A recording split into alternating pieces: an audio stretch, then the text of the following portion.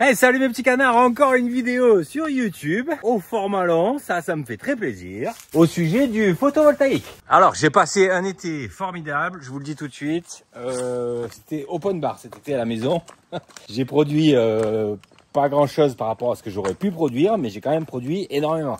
C'est-à-dire que globalement, je pense même que j'ai beaucoup plus consommé cet été que les années précédentes, parce que pour le coup, quand c'est open bar, c'est open bar. Voilà. Happy hour tous les jours. Alors mes petits canards, j'ai beaucoup de chance, et ça c'est en partie grâce à vous d'ailleurs, c'est que depuis que j'ai partagé des vidéos sur le sujet du photovoltaïque, eh bien il y a des marques qui me contactent, qui me proposent de tester leur matériel.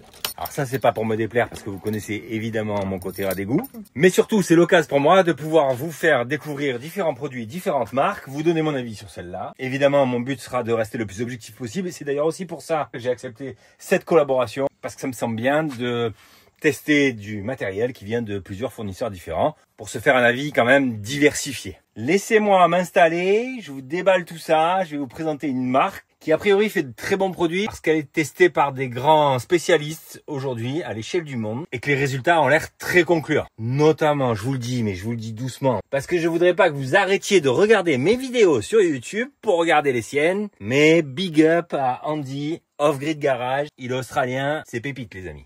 Je m'installe, je vous montre. Alors, pardon si j'écorche leur nom, mais ce que l'on va tester, c'est ça, une DIY box 48 volts qui vient de chez Yixiang.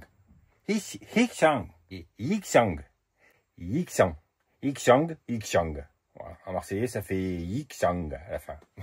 Je sais pas comment ça se prononce, mais vous faites comme vous voulez. En tout cas, je vous l'affiche ici. C'est la V2. J'avais déjà vu des vidéos sur les premières versions. Ça me paraissait déjà très bien. Et là, dans la V2, il y a quelques petites options en plus qui sont intéressantes. Et pour tester jusqu'au bout le fournisseur, eh bien, on va tester un jeu de cellules, 16 cellules prismatiques. Ce sont des MB31.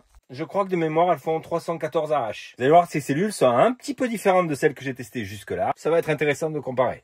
Alors, la culture chez ces fournisseurs, en tout cas, ce type de fournisseur, c'est d'avoir à la fois des stocks sur leur dépôt en Europe et à la fois du stock from China. Évidemment, ne nous trompons pas, quand vous achetez du stock sur le stock européen, effectivement, ça arrive beaucoup plus rapidement que si vous commandez directement en Chine, mais les tarifs vont avec. C'est d'ailleurs pour cette raison même que ça porte à confusion, parce que parfois vous allez leur demander un tarif, il faut bien faire attention. Si vous leur demandez un tarif depuis la Chine, vous aurez l'impression d'avoir un super tarif, mais une fois que vous y ajoutez le transport et les taxes, eh bien potentiellement vous allez vous rapprocher du tarif Europe. Il doit quand même y avoir un petit décalage entre les deux, puisque si vous commandez en Chine, vous allez attendre quelque chose comme en gros 50 jours pour avoir votre matériel. Si vous commandez en Europe, eh bien c'est plutôt 7 jours. Allez, comptons 10 jours. Un petit manuel, et donc du coup évidemment, il faut bien s'entendre. Ensuite, ce sont des fournisseurs avec lesquels vous allez pouvoir commander sur WhatsApp, comme je vous l'ai déjà expliqué, mais aussi sur Alibaba pour les plus frileux d'entre vous. Emballage, compétition. Ils savent faire, hein. Que ce soit les colisages des cellules prismatiques ou le reste, honnêtement, il n'y a pas grand chose à dire en général sur le conditionnement. Allez, on sort le bébé. Ouh là là là là là là. Ça a l'air costaud, mes petits canards, c'est bien, c'est bien. Non, on se dit que un poids très lourd qui appuierait sur la tôle du dessus ne pourrait pas l'enfoncer et poser problème a priori. Enfin, en tout cas, c'est raisonnable. On voit ici qu'il y a une empreinte pour les, j'imagine, 4 pieds qu'on va retrouver dessous. Effectivement, là, ce qui va permettre à ces DIY box d'être rackables. Je sais jamais si on dit rackable ou stackable.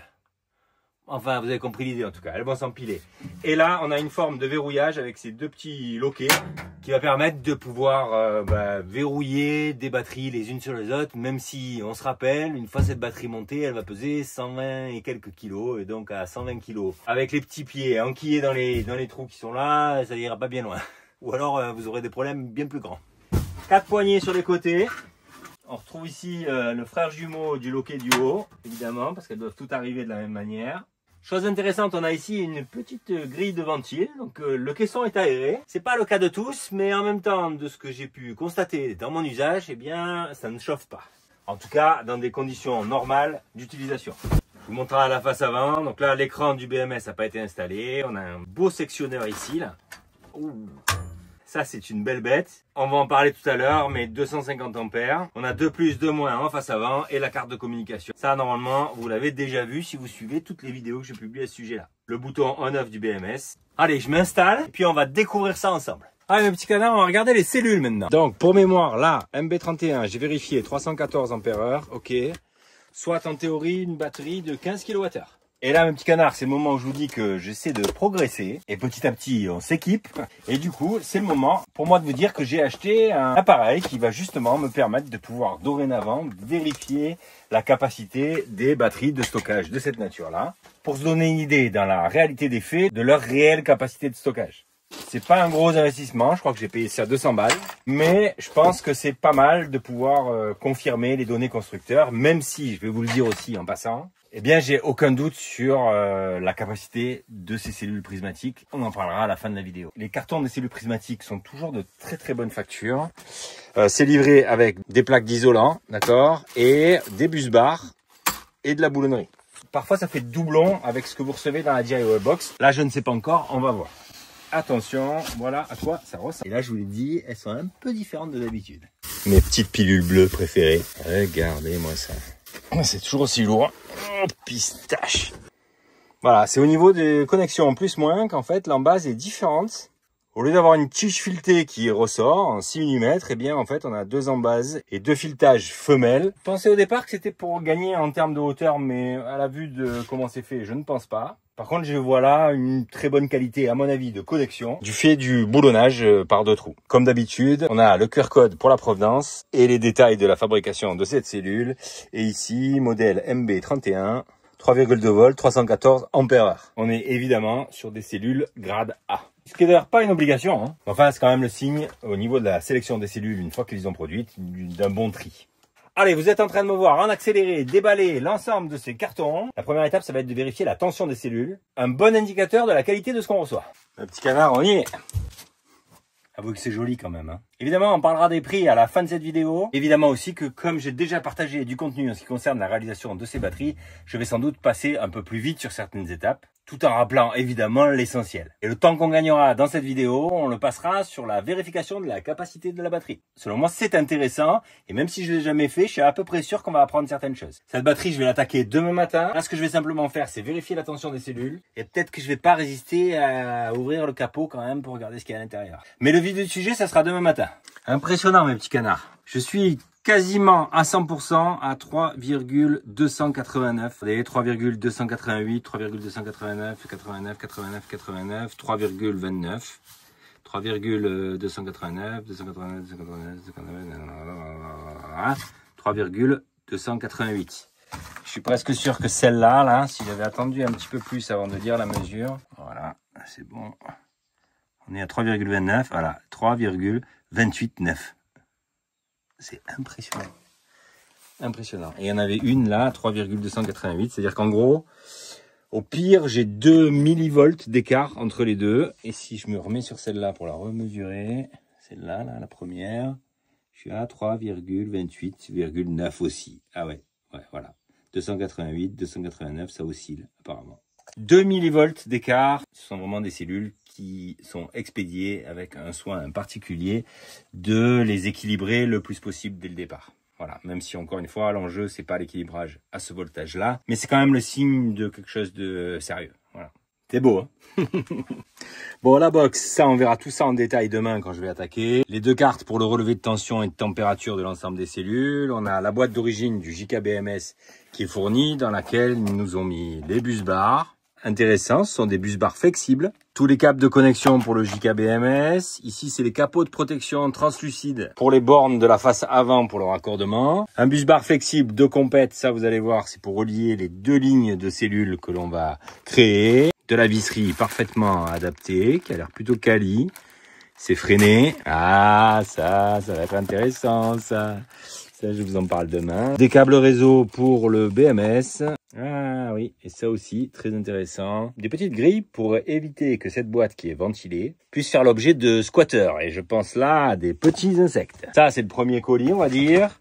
Le deuxième colis, c'est l'écran du JKBMS. Et là, attention mes petits canards, je crois que c'est ça qu'on appelle la V19. Bien ça, c'est le nouvel écran de Jikong. Vous allez voir que ça upgrade un petit peu l'esthétique de la chose. Et ensuite, vous connaissez, on a les petites mousses de compression néoprène qui viennent se glisser entre chaque cellule. Les plaquettes isolantes pour entre les cellules, les bords, les côtés, le fond, enfin bref, l'intégralité. et ces petites languettes de protection pour protéger les cartes de sonde de tension et température de cellules. Et là, un petit canard, ce que j'avais appelé la dernière fois, le cœur du poulet. On démontrera ça demain et on vérifiera tout demain. Rendez-vous tout de suite pour vous, demain matin pour moi. Ciao. Mes petits canards, on est le lendemain, mais il est midi. Ma femme a voulu qu'on aille courir ce matin, elle m'a massacré. On va s'y mettre vite fait. Tiens, au passage, je vous montre là, en ce moment, je produis 7,8 kWh. J'envoie 3,5 kWh à la batterie. Oula, là, la maison, elle est à 4,2 kg de conso. Je pense que ma femme a dû allumer le four. C'est même sûr. Bon, c'est pas très grave parce que... Quelle heure il est? Donc midi, je suis à combien sur mes batteries? Ouais, je suis à 100%. Ça va bientôt se mettre à ne produire que ce que je consomme. Bon, alors qu'est-ce qu'on a dans ce kit? Donc les deux cartes électroniques qui viennent en fait récupérer un pin qui est là, et puis on a un circuit qui vient alimenter tous ces petits fils que vous voyez là. La particularité des fils noirs, c'est que en réalité ce sont des sondes de température qui sont en quelque sorte collées à une embase qui elle sera vissée aux bornes des cellules, et donc la chaleur passant à travers le métal, eh bien, ça va permettre de donner l'information au BMS qui est ici, de la température à 4 endroits différents dans la batterie. Ça, on commence à avoir l'habitude. L'ensemble des petits fils, c'est donc les bornes de tension qui, elles, en fait, viennent se raccorder ici. On a les 4 broches du BMS qui sont simplifiées en 2 broches ici et qui viennent se raccorder. Il y a un code couleur, hein, du coup, le blanc et le noir et le blanc. Et les 2 cartes sont étiquetées AB, c'est plutôt pas mal. À noter que le BMS est accroché sur la paroi amovible, c'est-à-dire la paroi qui, elle, va vous jouer le rôle de compression des cellules, c'est-à-dire elle va pouvoir se desserrer comme ça pour laisser la place d'installer tranquillement les cellules. Et ensuite, on a 1, 2, 3, 4, 5, 6 vis qui viennent pousser de l'acier qui est assez épais, hein. Je trouve ça pas mal, pour venir mettre en compression l'ensemble des cellules. On va voir quel est le degré de compression de tout ça. Parfois, ça peut être un peu faible à mon goût, mais là, je sais pas ce que ça va donner. Et ensuite, on a le panneau de la face avant. Ça, vous l'avez déjà vu. Et à l'arrière, on a ici un très très beau sectionneur d'essai. Parce que quand je vois le poids et la taille du bébé, 250 ampères, on peut aller jusqu'à 550 volts en courant continu avec 20 kA de pouvoir de coupure. En ce qui concerne les bus bars, eh bien, ce sont des bus bars en partie rigides et en partie souples, revêtus d'une couche d'isolant qui a l'air assez épaisse, ça a l'air plutôt quali, ça reste souple. Donc on peut facilement se dire que à la manutention, à la préparation, au câblage, etc., on va pas endommager les bus bars et on a la même nature de bus bar d'un côté sur le panneau avant et sur le BMS. Au niveau des bornes du BMS, on utilise les 2 filetages possibles. Donc là, on a normalement une surface de contact intéressante. Et ces fiches-là, c'est les fiches de la carte de communication. Eh bien, on peut les déclipper pour pouvoir travailler tranquillement. Donc là, la prochaine opération, ça va être de desserrer le bac qui est ici, mettre de côté tout ça, installer les isolants tout autour de cette caisse pour pouvoir installer les cellules les unes après les autres, avec évidemment entre chaque cellule une petite couche de cet isolant. Allez, je vous montre le panneau avant. Donc c'est ici que ça se passe. On a des vis, alors on va en dévisser une entière pour voir la longueur de ces vis, ça c'est intéressant. Ouais, on a pas mal de réglages, ça c'est plutôt cool. Donc là on est vraiment confort pour ce qui est du réglage du panneau avant et de la marge de manœuvre que l'on a. Et là on se retrouve avec une face avant qui peut bouger, pas besoin de tout démonter. Alors je note une chose intéressante qui n'est pas présente sur toutes les DIY box, hein. C'est que finalement si on a besoin de travailler, on imagine dans quelques années il y a un problème avec le BMS, si on a besoin de travailler sur le BMS et ou sur la face avant, en fait, l'ensemble s'enlève. On n'est pas obligé de venir dévisser le BMS lui-même. Pour le coup, les vis de fixation sont toutes petites et difficiles d'accès parfois. On a vraiment la possibilité de sortir tout le cœur de cette DIY box électronique, on va dire, pour pouvoir travailler dessus, éventuellement changer le BMS si nécessaire de le changer. On installe les cellules. Évidemment, on se souvient, la polarité des cellules est à prendre en considération pour que la mise en série des 16 cellules se fasse. Et évidemment, il faut qu'à l'arrivée, nous arrivions ici avec là le pôle moins de la série de cellules et ici le pôle plus. Pour mémoire, le pôle moins est raccordé directement au BMS, c'est-à-dire le BMS vient couper le moins et le plus, lui, il va au sectionneur de coupure. Alors on le vérifie 3 fois pour être sûr, hein, c'est vraiment important. On a le moins ici, là, côté gauche, logique parce qu'en fait on a cette borne là qui vient venir se raccorder sur le pôle négatif de la série de cellules. Ici encore une fois on a le plus qui est là, le plus en réalité c'est celui-là, là, c'est le connecteur 4 qui lui est branché au cul du sectionnaire, d'accord? Et le plus est là, donc là on est en plus, logiquement, là on a le moins, du coup on passe du moins au plus, ici on a le moins, on passe du moins au plus, ici on a le moins, on passe du moins au plus, etc. D'accord? Donc plus, plus, plus, plus, plus. Ici on est au moins, on passe au plus de la série d'à côté. Donc on se retrouve pareil avec la même inversion, plus, et plus. Non, moins. Vous suivez ou vous suivez pas? On finit par le moins. Voilà. Donc pour l'instant, entre les cellules, j'avais mis simplement le néoprène qui était fourni avec la DIY box. Maintenant, je mets les petits plexis qui sont eux fournis avec les cartons de cellules. Là, pour l'instant, je rapproche la face avant donc sur les cellules pour commencer à les comprimer. Mais la fin du serrage, enfin la mise en compression, je pense qu'il faut la faire à la clé dynamométrique. On le fera tout à l'heure. C'est la clé que je vends sur la boutique DIY Polo. J'en ai parlé la dernière fois, j'en reparle pas. Mais si vous voulez nous soutenir, n'hésitez surtout pas à faire un saut sur notre boutique. Vous y trouverez plein de choses. Super intéressant, dans pas longtemps je ferai des vidéos à ce sujet. En tout cas, clé dynamométrique, si vous n'êtes pas équipé, cette marque-là, c'est un très bon rapport qualité-prix. C'est évidemment pas de l'outillage excessivement cher parce que de très très grande qualité.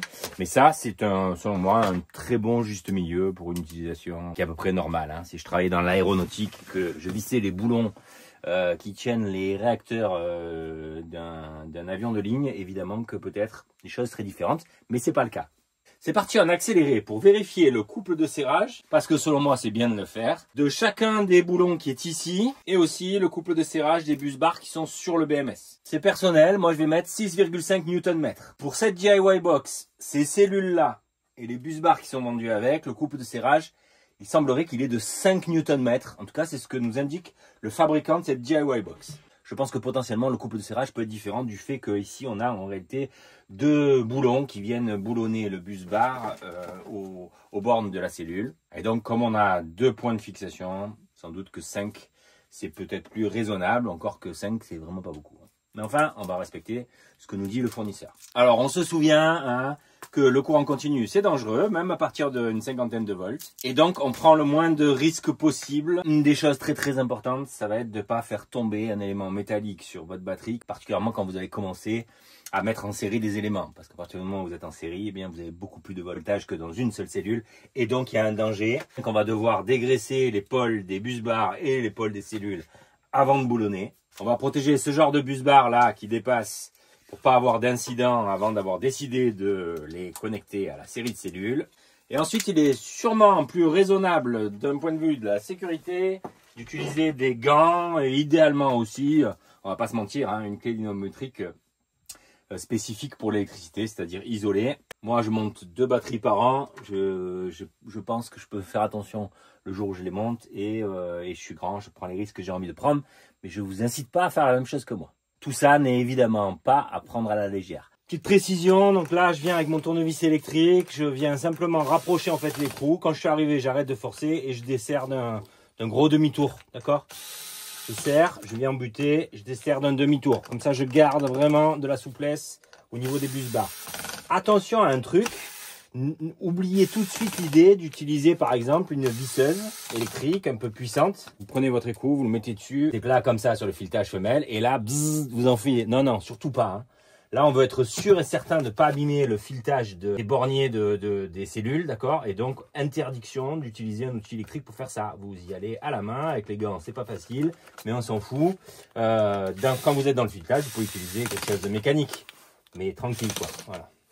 Et on pense bien à desserrer pour que ça reste souple. C'est OK. Là, il y a une petite chose que je voudrais faire tout de suite, comme ça, je l'évacue. C'est de rapprocher le panneau pour mettre en compression les cellules. Et en fait, ce que je vous ai dit tout à l'heure, de mettre 1 ou 2 Nm en serrage de l'ensemble, en fait, c'est pas applicable une fois de plus. Ça m'était déjà arrivé avec les anciennes DIY box. Parce qu'en fait, vous venez en butée. Donc, en fait, le panneau vient en butée. Et à ce moment-là, j'imagine que le constructeur de la DIY box considère que les cellules sont suffisamment en compression. Ça me paraît léger, moi, personnellement. Mais il est à noter que les cellules ne bougent pas. C'est-à-dire que vous ne pouvez pas sortir une cellule dans la mesure où le panneau a été poussé. Donc, il y a quand même une forme de compression. Remise en place des 2 cartes qui vont permettre le relevé des tensions. J'ai une bonne garde entre cette pièce-là et les cellules. On observe évidemment qu'il y a bien le trou pour avoir un visuel de l'opercule qui pourrait indiquer qu'il y a un problème avec nos cellules. Donc on garde un visuel là-dessus et évidemment les fils sont bien étudiés pour qu'on n'ait pas de doute sur l'endroit où on vient se connecter. En réalité, c'est plutôt facile. Contrairement à du DIY, là, par exemple, que j'avais fait pour mes batteries la toute première fois. Donc, je remets en place, là, en accéléré, les 2 cartes électroniques. Je raccorde les fils de tension aux bornes. J'oublie pas les 4 sondes de température. 1, 2, 3 et 4. Bon, non, ça y est. Fin de la récré. Je viens d'être rappelé à l'ordre par la patronne. J'amène mon fils à son anniversaire. On reprend ça fin d'après-midi. Pour moi, tout de suite pour vous. Mes petits canards, de retour au taf. C'est parti. On est fin de journée, là. Il est 18 h. Je m'y remets à peine. Bon, c'est pas grave. On va quand même essayer de la finir ce soir. Je me suis dit, tiens, au lieu de faire le malin, Polo, prends le manuel qui est fourni avec la box et fais un petit check quand même de tout ça. Alors, du coup, je me suis aperçu que j'étais en train de faire une boulette. Oui, on est en train de faire une boulette, je vous montre. Là, j'ai la carte A et là, j'ai la carte B. Ça me semblait logique de les remettre comme ça. Mais je me suis dit, je vais quand même vérifier. Et en vérifiant sur la notice, en fait, la B va ici et la A va ici. Donc, je suis bon pour les dévisser et les remettre dans l'autre sens. Et ça, c'est hyper important parce que du coup, là, ici, j'ai mes détrompeurs avec les couleurs. Et du coup, j'aurais envoyé les mauvaises tensions aux cellules. Donc, on lit bien la notice, mes petits canards. Et on fait pas comme moi. Allez, c'est parti en accéléré. Je les remets correctement. Et ensuite, on va avancer sur les petits fils de tension. Oh, pistache, mes petits canards, j'ai oublié ça.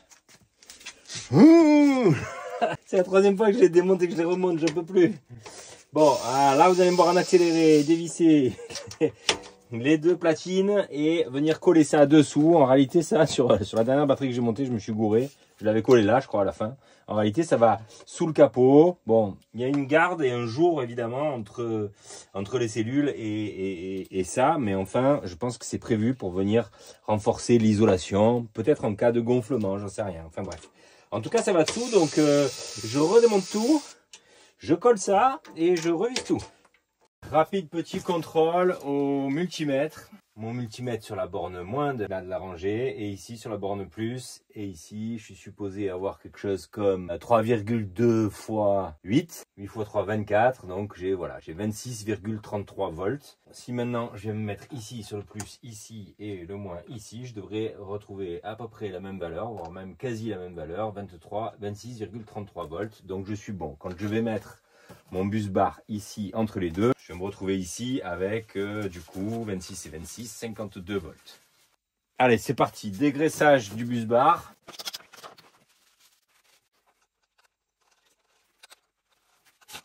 Et maintenant, on prend la mesure ici. Et ici, je me retrouve avec 52 volts. Tout est OK. Maintenant, vous allez me voir en accéléré. Donc, placez l'ensemble des sondes de tension sur la deuxième possibilité que j'ai de raccordement, là, ici. Allez, serrage au couple. 5 à 6 Nm. C'est ce qu'ils indiquent dans la notice. Donc là, je suis à 5. 5,5. 5,75. 6. 5 à 6, moi je mets 6. Direct. C'est vraiment rien. Hein. C'est vraiment rien du tout.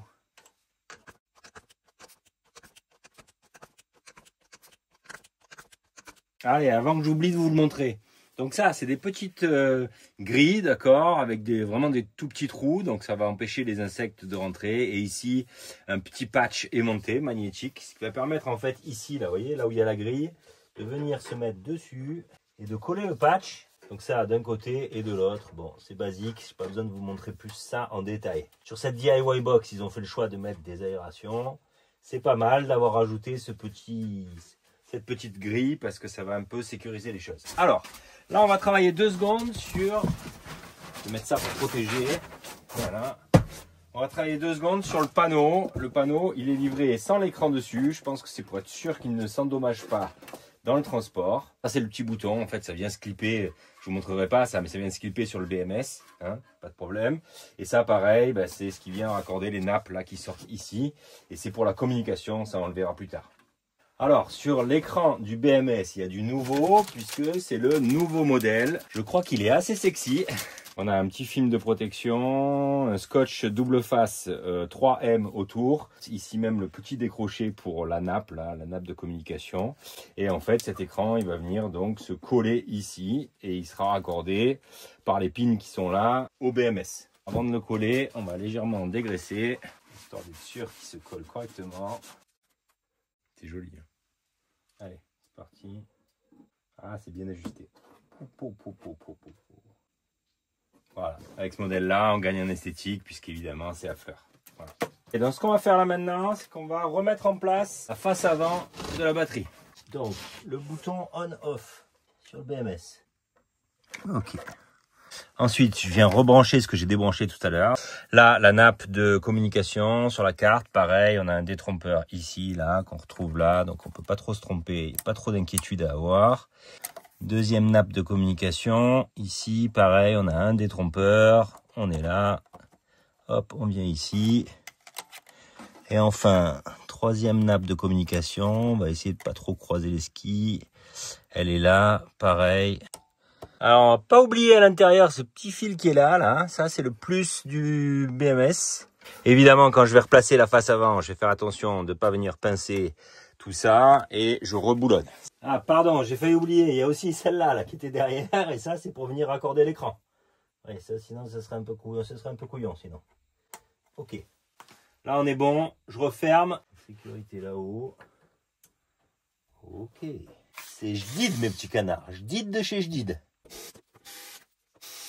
Ah mes petits canards, ça sent bon quand on arrive là, ça sent très très bon. Qu'est-ce qu'il nous reste à faire? Brancher là, ici, les sondes de tension du BMS aux deux cartes PCB, rien de plus simple. On a une fiche ici, je vais les mettre à la fin. Là je vais pour l'instant venir accorder les bus bars généraux au plus et au moins de ma batterie.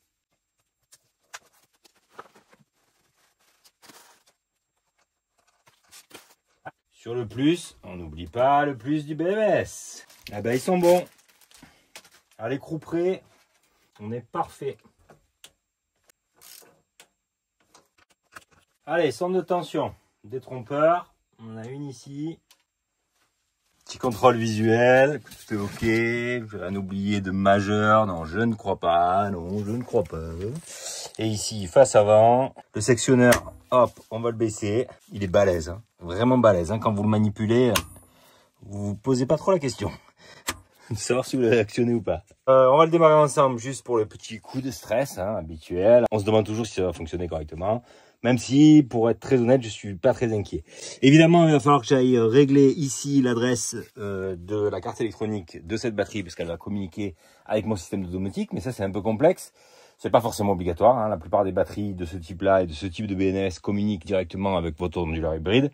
Moi, c'est le cas, mais par-dessus tout, c'est surtout géré par la carte PV Brain. Ça, j'en ai longuement parlé dans les précédentes vidéos, donc je vais pas revenir dessus. Donc l'adresse, je la gérerai un peu plus tard, mais là, on va juste faire un démarrage pour voir, sachant qu'après le démarrage, les données là de l'écran vont pas être des données exploitables, dans le sens où le BMS est pas forcément paramétré pour une batterie lithium fer phosphate de cette nature-là. Donc il va falloir rentrer dans les paramètres de l'application JKBMS pour venir mettre tous les bons paramètres qui correspondent à cette batterie, à la capacité des cellules. Et ça, je le ferai et je vous les afficherai avant la fin de la vidéo pour que vous ayez les réglages pour cette configuration. Attention, si vous avez une capacité de batterie différente, il faudra ajuster un petit peu les réglages. Attention, 3, 2, 1, go! Dites donc, ah ouais, c'est nouvel écran. Ah ouais, nouvel écran, nouvel affichage. C'est pas beau ça. Ok. Alors, c'est normal qu'il y ait une alarme parce qu'il faut régler le BMS. Magnifique. Donc là, il m'indique quoi? 52,27 volts. Bon, 0 ampère en entrée-sortie. Il considère que la batterie est à 100%. Ça reste à définir en fonction des paramètres. Là, il est affiché en chinois. Je vais l'afficher en anglais, évidemment. Et voilà. Mais enfin, bon, tout est ok. Alors, il me reste... Je vais l'éteindre. Ok, voilà.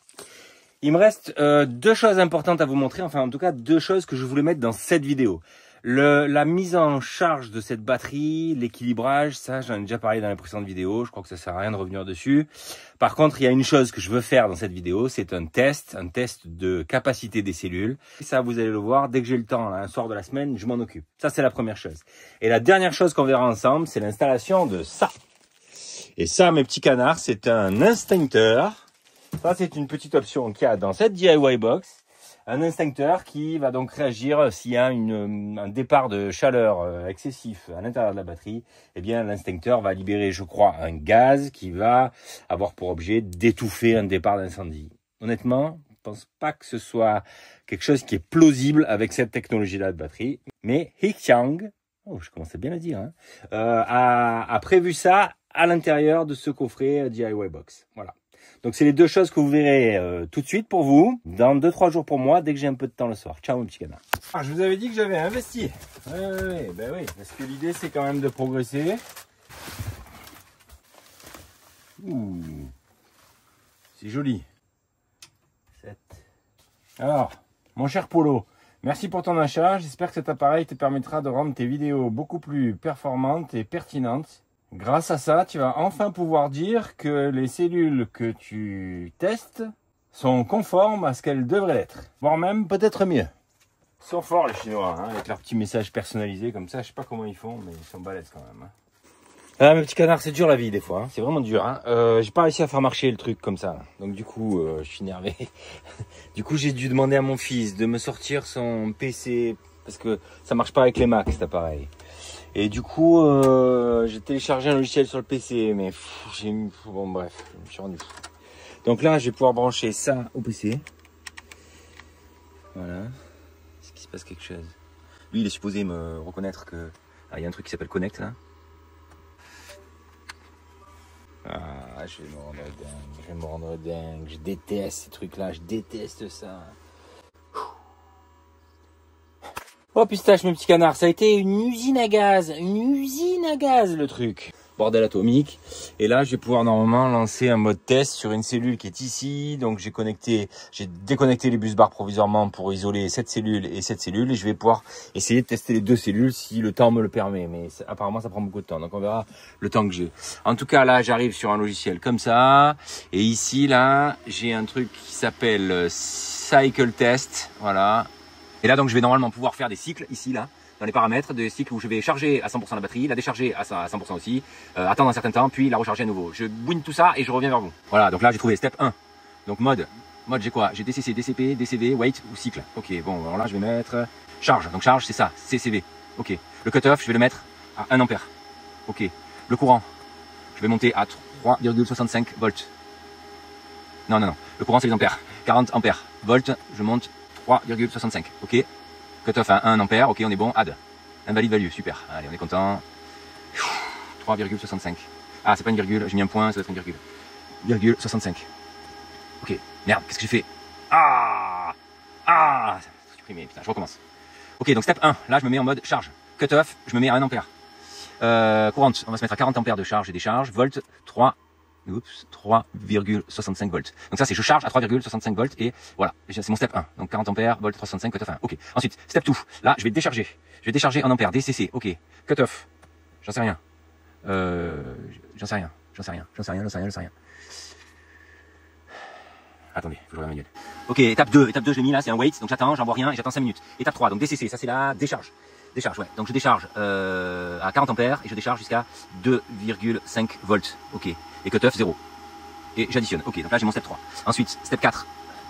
On va attendre 5 minutes. Ok, et j'additionne. Ok. Et ensuite, step... on peut pas. C'est quoi cette connerie? Je peux pas faire plus de 5? Si, 5, c'est bon. Donc step 5, ok. Donc là on va charger. Et là on va charger avec un cutoff à 1 ampère. On va lui mettre 40 ampères. Et on va jusqu'à 3, non, c'est pas ça la virgule, c'est ça. 65 volts. Ok.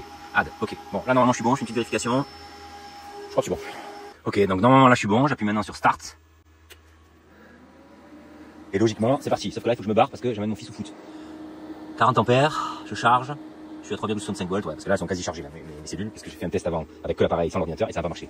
Et tiens là, ben voilà, là on voit les courbes. Ça c'est l'ampérage, donc il monte à 40 ampères et puis là il chute parce que la tension de ma batterie elle est tout au 365. Donc en fait il va charger pendant quelques minutes là, jusqu'à considérer qu'il est en période. Ah ben voilà, là il s'est arrêté, ok. Donc là il s'est arrêté, qu'est-ce qu'il va faire dans mon truc? Il va attendre 5 minutes et ensuite il va décharger. Voilà. Donc normalement, j'ai rien à faire. Je reviens ce soir. Ce soir non, je pense que ça va prendre beaucoup plus de temps.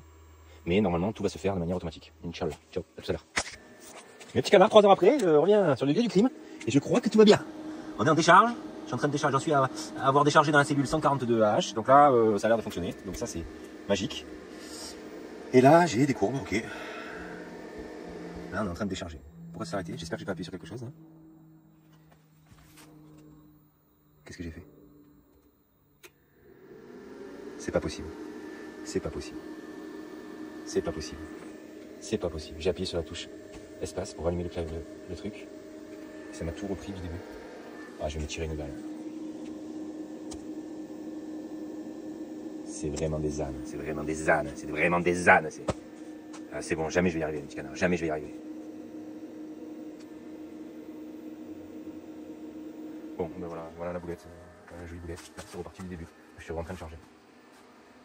C'est dur. Le petit canard, petit matin. Il tourne encore? Ah non, je dis pas qu'il tourne encore. J'ai plus le temps, moi. Ah bon, eh ben, donc là, on est dans la phase, phase 5.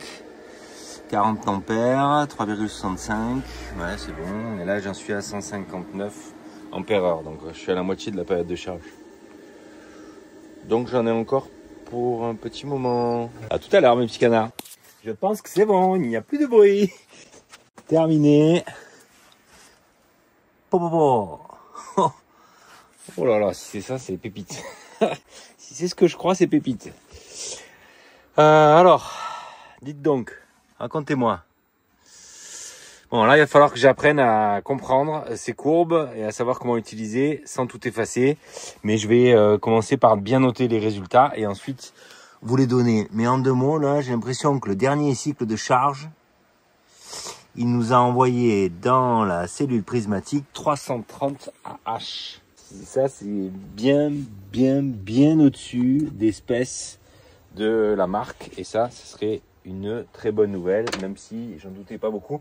Mais enfin, on va regarder et la décharge et la charge. Je bouigne tout ça et je vous fais le bilan. J'ai chargé jusqu'à 365.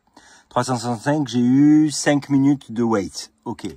Ensuite, il a déchargé là jusqu'ici à 2,5 volts et là je pense que je me suis foiré parce que j'ai mis 0, donc il est reparti en charge direct. J'aurais pu lui laisser peut-être 5 minutes pour refroidir, mais je sais pas, j'ai dû me planter dans les paramètres.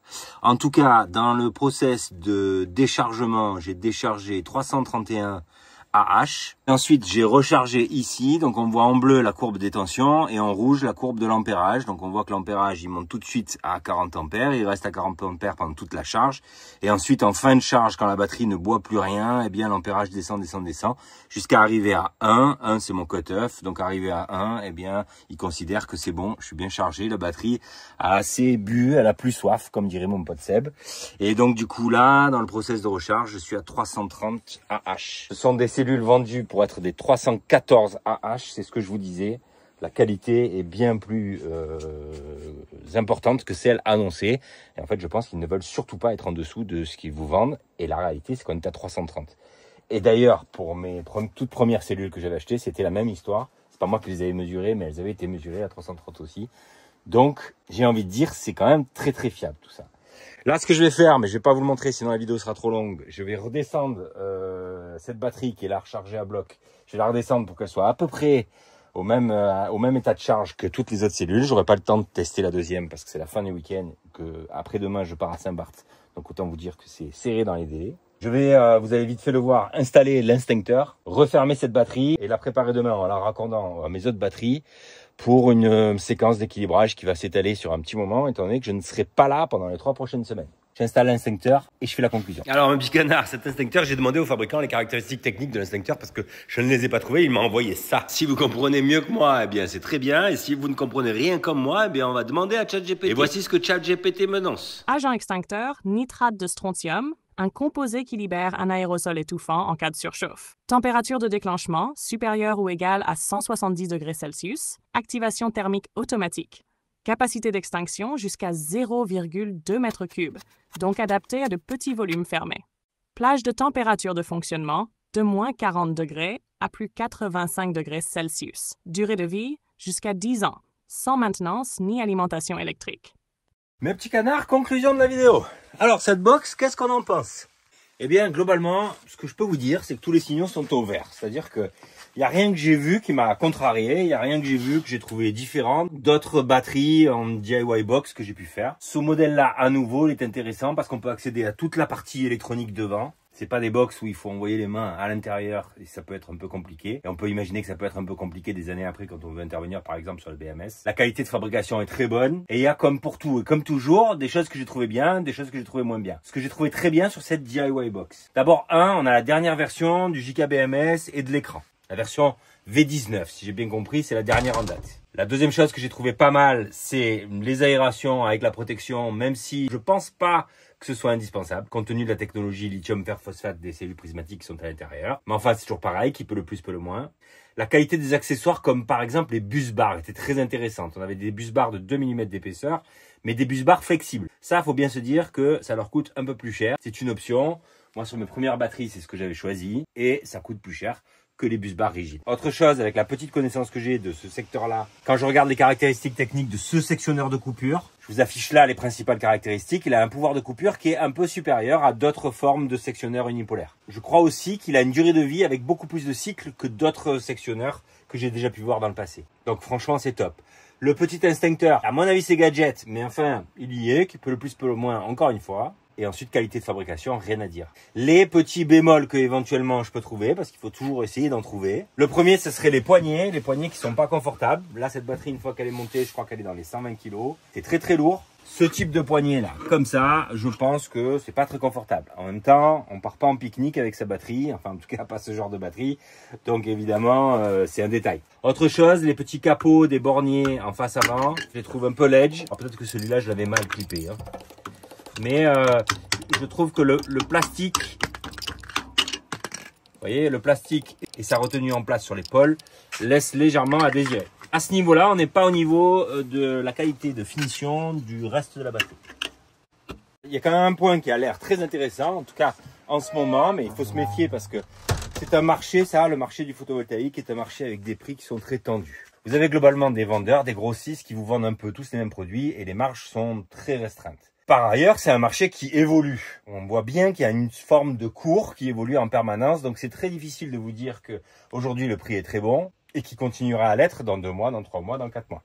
Néanmoins, au moment où je tourne ces images, si on s'est bien compris avec la marque, il y a un code pour les contacter. Le code, c'est POLO. Et il vous donne droit, a priori, au tarif qu'elle vient de m'annoncer. Ce sont des tarifs que je vous donne pour la France métropolitaine à ce jour. Ils peuvent évoluer. La DIY Box V2 de chez Yichang, de chez Yichang, j'arrive jamais. La DIY Box 48 volts de chez Xiang, elle est à 479 $ livrée en France métropolitaine. Les cellules prismatiques, les MB31, ça tiens d'ailleurs on n'en a pas parlé en conclusion. Cellules prismatiques MB31, ce modèle-là avec 2 filetages pour venir se raccorder dessus, je trouve ça très intéressant. La surface de contact est bien plus grande, franchement c'est très rassurant. Ces cellules, alors là, vraiment absolument rien à redire.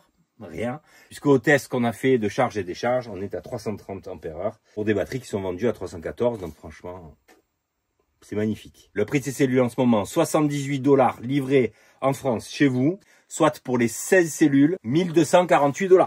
Alors, j'ai pas en tête les prix d'aujourd'hui, parce que j'ai pas demandé de devis chez les concurrents, mais ça me paraît être un très bon tarif. Voilà un petit canard, j'espère que vous aurez trouvé les infos que vous cherchiez, peut-être par rapport à cette DIY Box en particulier, ou sur le principe des DIY Box. N'hésitez pas à venir dans les commentaires s'il reste des questions. Je vous rappelle, comme je l'indiquais en début de vidéo, que tout ça, ça répond pas vraiment aux normes électriques françaises. En tout cas, l'idée de stocker beaucoup de batteries, ça représente un sujet, notamment en ce qui concerne le local batterie. Mais pas que. Il y a des problématiques d'assurance, étant donné que vous fabriquez vos propres batteries. Donc je le redis, tout ça, je le fais à titre expérimental. Et je le partage sur YouTube parce que je pense que d'autres personnes pourraient, comme moi, accepter de prendre une forme de risque pour pouvoir faire ça eux-mêmes. Et je voudrais surtout pas dire que ceux qui font ça ont raison, ceux qui achètent des batteries chez des fournisseurs toutes faites ont raison aussi. Il y a pas de vérité, il y a que des cas un peu spécifiques et des décisions que l'on prend soi-même. On est des adultes. Voilà un petit canard. Un grand merci de votre intérêt et je vous dis à très vite pour d'autres vidéos sur le photovoltaïque. Ça va arriver.